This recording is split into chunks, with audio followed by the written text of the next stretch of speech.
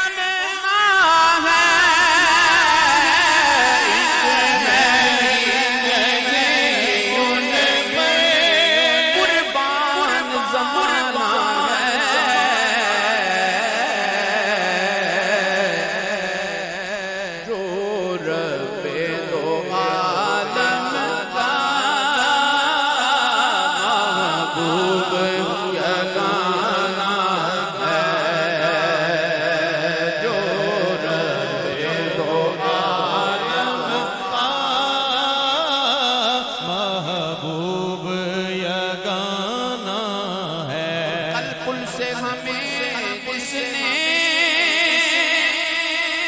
خود پار لگانا ہے،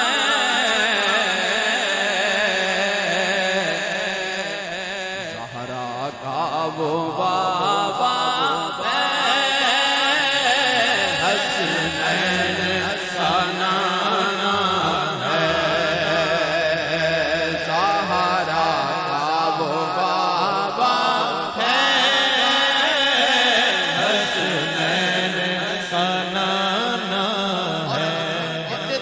بیٹھے ہیں. ہم سیدوں کی چوکھٹ پہ آئے ہیں، بھیک لینے کے لیے آئے ہیں. کوئی ہاتھ نیچے نہ رہے، دونوں ہاتھوں کو فضا میں بلند کریں، دونوں ہاتھوں کو فضا میں بلند کریں اور مل کے کہیں آؤ در زہرا پہ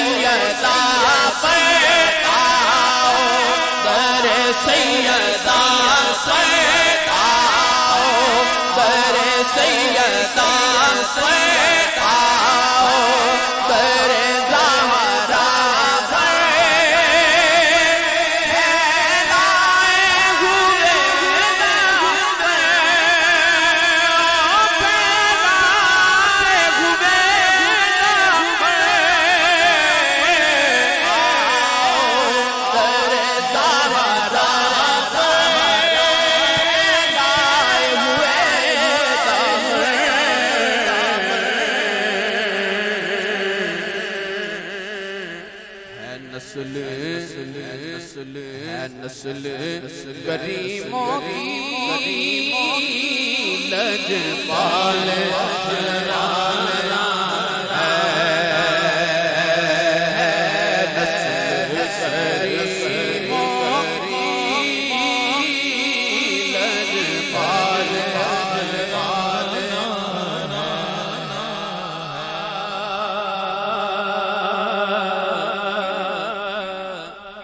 سرتاب قدم ہے تنے سلطان زمن پھول لب پھول دہن پھول زخن پھول بدن پھول کیا بات رضا رضا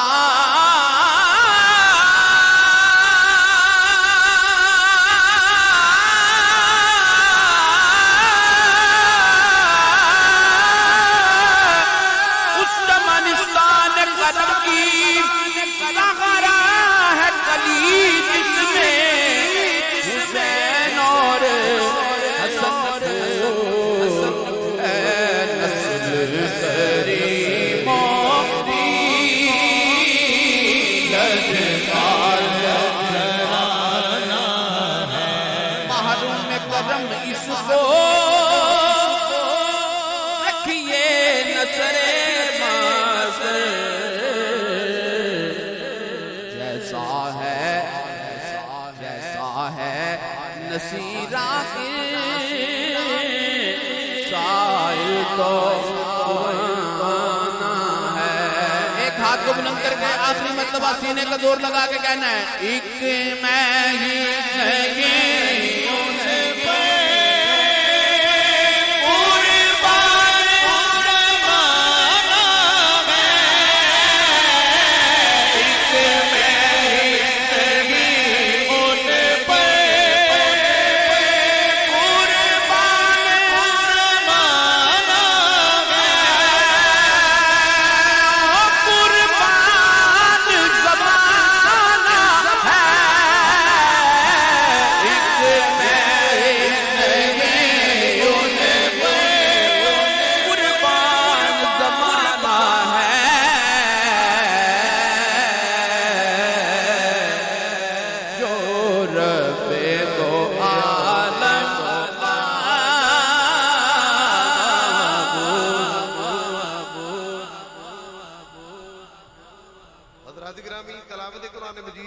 دیوان حمیدی سعادت حاصل کر رہے سن. زینت القرہ، نجم القرہ، شمس القرہ، بدر القرہ، استاد القرہ.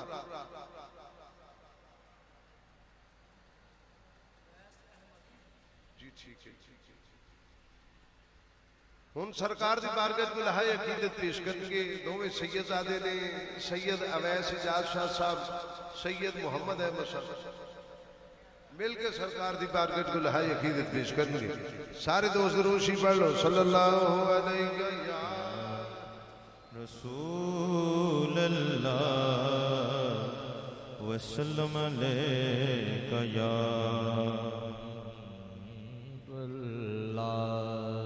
میں بتاؤں کیا حسین ہے، میں بتاؤں کیا حسین ہے، میں بتاؤں کیا حسین ہے، میں بتاؤں کیا حسین ہے، میرا حسین ہے، میں بتاؤں کیا حسین ہے. جہاں جہاں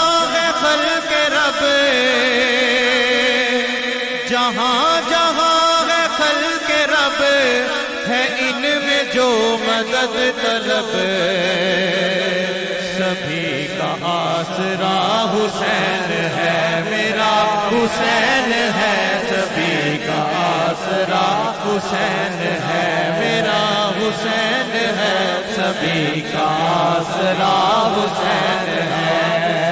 جہاں جہاں جہاں ہے خلق رب ہے ان میں جو مدد طلب، سبھی کا آسرا حسین ہے، میرا حسین ہے. سبھی کا آسرا حسین ہے، میرا حسین ہے. سبھی کا آسرا حسین ہے، میرا حسین ہے. سبھی کا آسرا حسین ہے. جگہ جگہ ہے جلوہ گر تنوں میں غروب میں، جگہ جگہ ہے جلوہ گر تنوں میں غروب میں، ہے دائیں بھی بائیں بھی، شمال میں جنوب میں. بتا یزیدیت بتا کہاں چھپے گا سر تیرا، ہر جگہ کھڑا حسین ہے، میرا حسین ہے. ہر جگہ کھڑا حسین ہے، میرا حسین ہے. ہر جگہ کھڑا حسین ہے. جگہ جگہ ہے جلوہ گر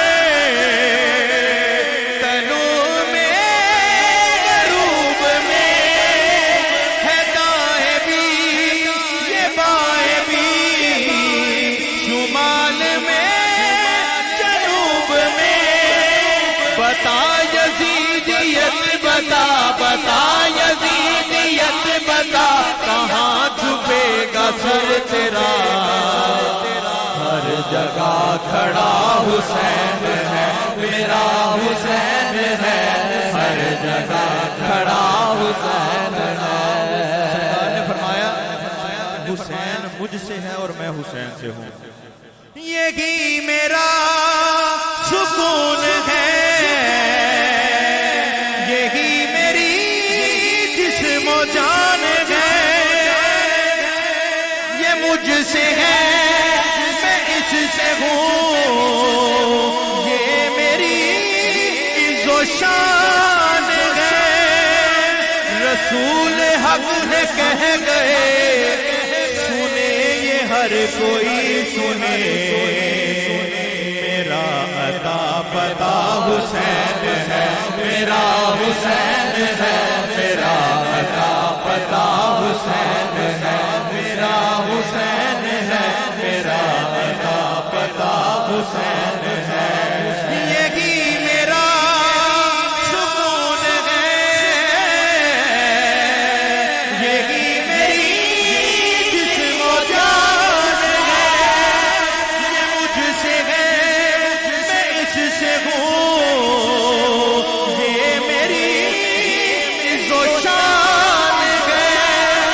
رسول حق ہے کہہ گئے، سنے یہ ہر کوئی سنے، میرا عطا پتا حسین ہے، میرا حسین ہے، میرا عطا پتا حسین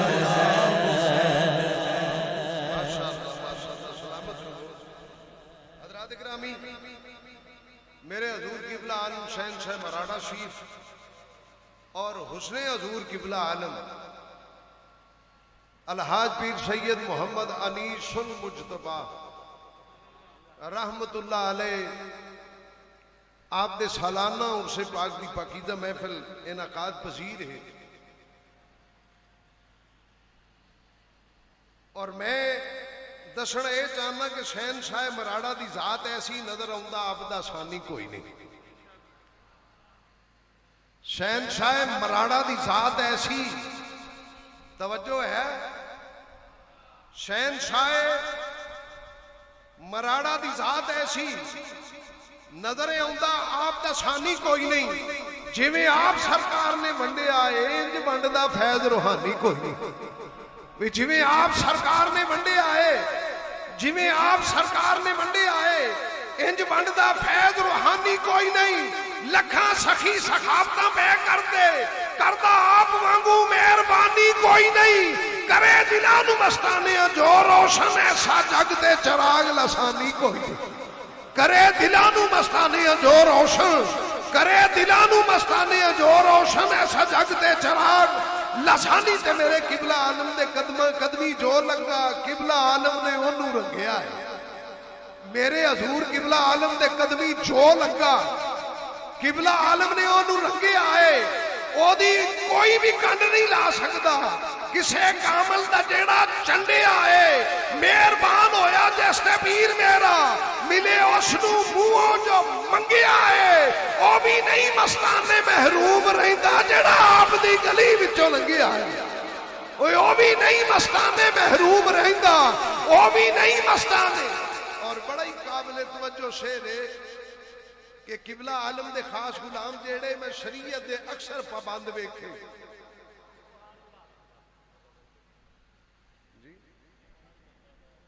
اچھا جی ایک شعر سن لو، اگلے ثنا خانوں میں دعوت سخن دینا کہ میرے قبلہ عالم دے خاص غلام جیڑے میں شریعت دے اکثر پابند ویکھے، منہ تے داڑھی تے چار سر تے چار کلی ٹوپی، گریبان میں سب دے بند ویکھے، بڑے بڑے منصب دے خدا شاہد، قبلہ عالم دے عقیدت مند ویکھے، ایسی کر دے تربیت جو مستانے دنیا میں پیر نے چند ویکھے، ایسی کر دے تربیت جو مستانے، ایسی کر دے تربیت جو مستانے دنیا میں پیر نے چند ویکھے۔ حضرات گرامی، سرکار دی بارگاہ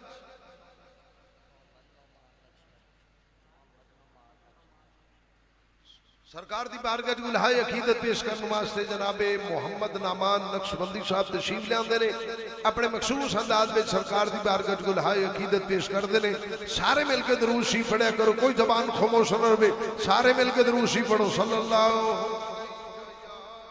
یا رسول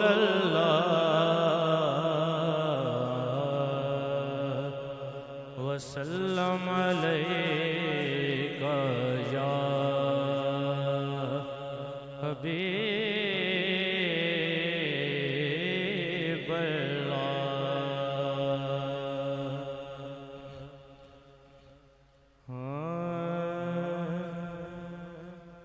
تیرے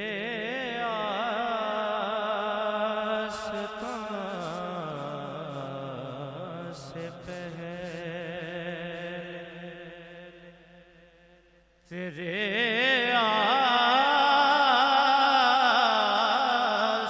آستان سے پہلے کوئی آستان نہیں تھا،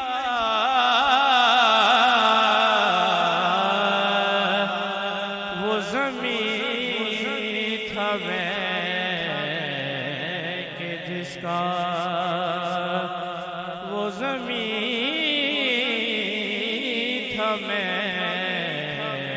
کہ جس کا کوئی آسمان نہیں تھا،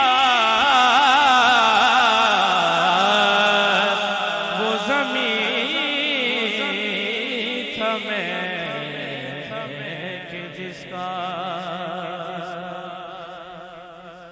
نبی کا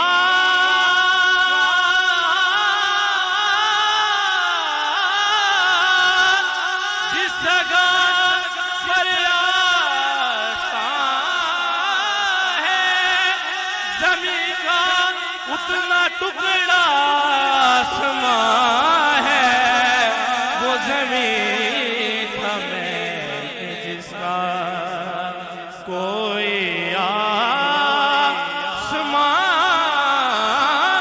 نہیں تھا،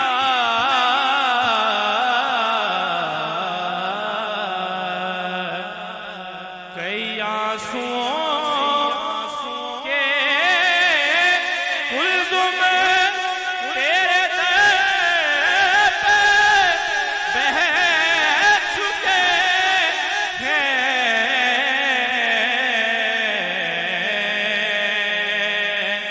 غم دل کا تجھ سے پہلے کوئی رازداں نہیں تھا،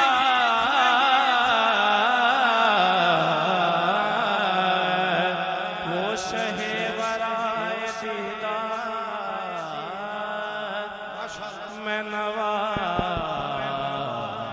ماشاءاللہ رسیدہ، وہ شہ ورائے دیدار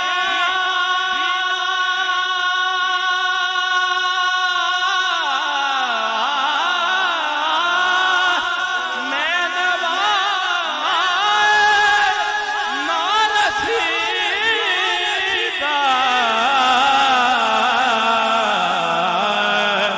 تیری رحمتوں سے بڑھ کر کوئی درمیان نہیں تھا،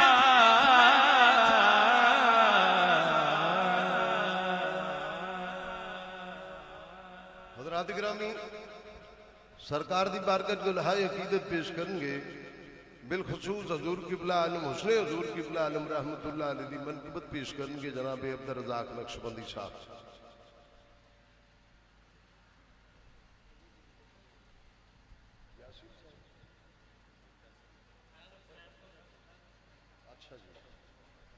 حضرات گرامین میں دعوت خطاب دے رہے ہیں پروفیسر ابن پروفیسر حضرت پروفیسر محمد یوسف صاحب رحمت اللہ علیہ، سارے کو رحمت اللہ علیہ، میرے حضور قبلہ عالم رحمت اللہ علیہ، حسن حضور قبلہ عالم رحمت اللہ علیہ، ننوالے محبت کرنے والی شخصیت، انہوں نے لخت جگر جناب حضرت علامہ مولانا پروفیسر فیض رسول صاحب نقشبندی فیصلہ آبادی اپنے بیانات استناد و مستفید فرماؤں گے۔ نعرہ تکبیر، نعرہ تکبیر، نعرہ تکبیر، نعرہ رسالت، نعرہ رسالت، نعرہ رسالت، نعرہ تحقیق، عظمت مصطفیٰ، عظمت شہیدان کربلا، حضور قبلہ عالم، حسن حضور قبلہ عالم، گلشن حضور قبلہ عالم۔